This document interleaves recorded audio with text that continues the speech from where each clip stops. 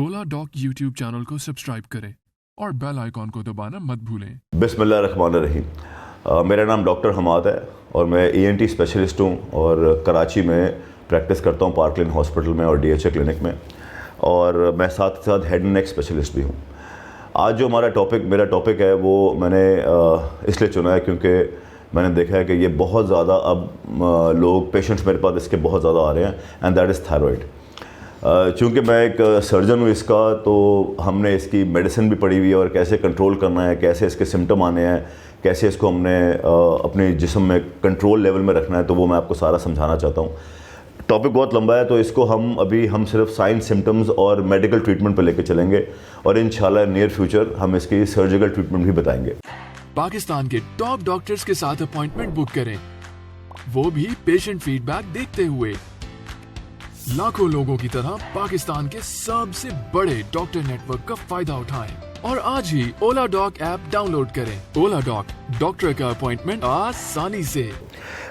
Thyroid के बारे में कहते हैं कि ये एक ऐसा हार्मोन है जो आपके बॉडी में अल्लाह ताला ने बनाया हुआ है और ये आपकी बॉडी को कंट्रोल करता है। कंट्रोल से मुराद कितनी आपको सर्दी लगनी है, कितनी गर्मी लगनी है, आपका वज़न बिला वजह बढ़ रहा है, बॉडी पे बाल आना शुरू हो गए हैं और आपके एंजाइटी के अटैक्स आ रहे हैं, आपको weight loss, weight gain, palpitations यानी हार्ट रेट का तेज़ हो जाना, कंटिन्यूस बीमार रहना, बार बार गले ख़राब हो जाना, ये सब के अंदर हमें थायराइड लाजमी चेक करना है, जिसके अंदर फीमेल प्रेडोमिनेंस बहुत ज़्यादा है, यानी इसमें फ़ीमेल जो है वो ज़्यादा अफेक्ट होती हैं। तो हम जब पेशेंट हमारे पास आता है तो हम लाजमी उसका TSH लेवल चेक कराते हैं, और आजकल तो हम एक बच्चे का जब पैदा होता है तो 7th डे पे भी TSH लेवल चेक करा रहे हैं। रिसेंटली जिनके यहाँ पे भी बच्चा हुआ है, लाजमी उन्होंने देखा होगा डॉक्टर्स उनको TSH लिख के देते हैं, because now on we are trying to control this thyroid throughout Pakistan के ये बीमारी ना लेके आए। इसके बारे में एक बड़ी सिंपल चीज़ है। इसके बारे में कहते हैं कि अगर आप इसकी दवाई टाइम से खाएँ और इसकी दवाई अगर आप ना छोड़ें तो ये आपको अफेक्ट नहीं करेगी, आपको पता भी नहीं चलेगा आपको थायराइड है। ये जो थायरोक्सिन है, ये जो लेवोथायरोक्सिन आती हैं, ये जो इसकी टैबलेट्स आती हैं, इसके बारे में कहा जाता है कि इसको इतना डिसिप्लिन होना चाहिए इस दवाई खाने के लिए कि जिस तरह आप नमाज फ़र्ज़ है ना, इस तरह ये भी फ़र्ज़ है। You can not leave this medicine. मेरे पास जो पेशेंट आते हैं मुश्किल से हम कंट्रोल करते हैं, 1 साल के बाद वो कहते हैं कि सर हम बिल्कुल ठीक हैं, और वो दवाई छोड़ के महीने बाद आते हैं and they come back to same position with more symptoms, with more illness. तो एक तो वीडियो की ये गुजारिश है कि प्लीज़ जो लोग थायरोक्सिन खा रहे हैं, जो लोग अपने चीज़ें ये कंट्रोल के उसमें लगे हुए हैं, तो प्लीज़ अपनी थायरोक्सिन मत छोड़ें। इसको एक टाइम पे सुबह खाली पेट लिया करें और इसको कंट्रोल लेवल पे लेके आएँ। सेकंड थिंग, वो नए पेशेंट्स जिनको लगता है कि उनको थायराइड है, तो प्लीज़ अपने आप का अपना मुआयना ज़रूर करें। जैसे कि डाइट करने के बावजूद, एक्सरसाइज करने के बावजूद भी अगर आपका वेट लॉस नहीं हो रहा, कैलोरी काउंट आपने लो रखी हुई है, प्लस आप लेडीज़ नोट कर रही हैं कि उनकी बॉडी पे हेयर्स आना शुरू हो गए हैं, बाल आना शुरू हो गए हैं, ख़ास तौर पे उन जगहों पे जहाँ पे नहीं आने चाहिए, जिस तरह हमारे फेशियल हेयर्स हैं, हमारे अंडर आर्म्स के हेयर हैं, और वो सख्त हो रहे हैं।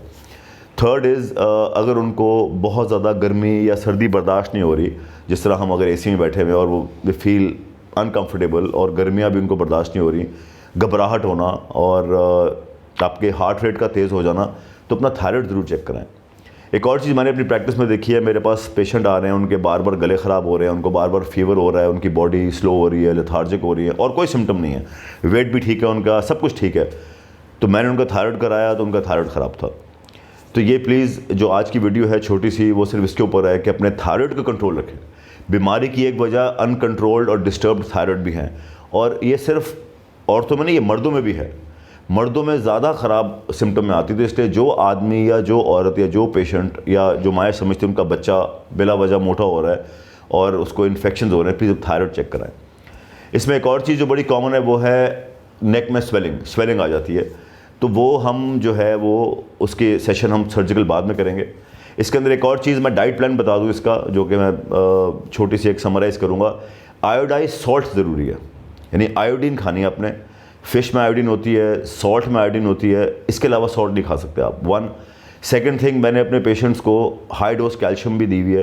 कैल्शियम मल्टीविटामिन बहुत इंपॉर्टेंट है, बिकॉज आपकी बोन्स ठीक रहती हैं। And third is exercise. Please जो लोग एक्सरसाइज करेंगे वो ही ठीक रहेंगे। इसके अंदर you have to walk 6,000 to 7,000 steps a day at 1 stretch, तो आपकी बॉडी के एंजाइम्स और आपकी चीज़ें, आपकी फैट लॉस होना शुरू होगा और आपके सिस्टम ठीक होना शुरू होंगे। And that will not happen in one day, it will take time. लेकिन exercise is the most important factor in any disease, specially in this. तो अपने आप को चेक कराएं, अपने डॉक्टर के पास जाएं, स्पेशलिस्ट के पास जाएं, नेट पे सर्च करें कौन थायराइड में काम कर रहा है, स्पेशलाइज कर रहा है थायराइड के अंदर। वरना तो पता तो हर किसी को है, लेकिन इसके प्रोज एंड कॉन्स लोगों को नहीं पता कि ये बढ़ जाएगा तो कितना नीचे लेके आना है हमने, 0.8 पे आ रहा है तो कितनी दवाई बंद करनी है। मेरे यहाँ पे लोग थायराइड ठीक भी होता है तो भी थायरक्सिन खाते रहते हैं, उनको ये नहीं पता कि किस लेवल पे आपने इसको जाके बंद करनी है। तो गुजारिश ये है कि अपने थायराइड को चेक कराएं और इंशाल्लाह इन फ्यूचर हम ज़रूर इसके सर्जिकल पे बात करेंगे। Thank you.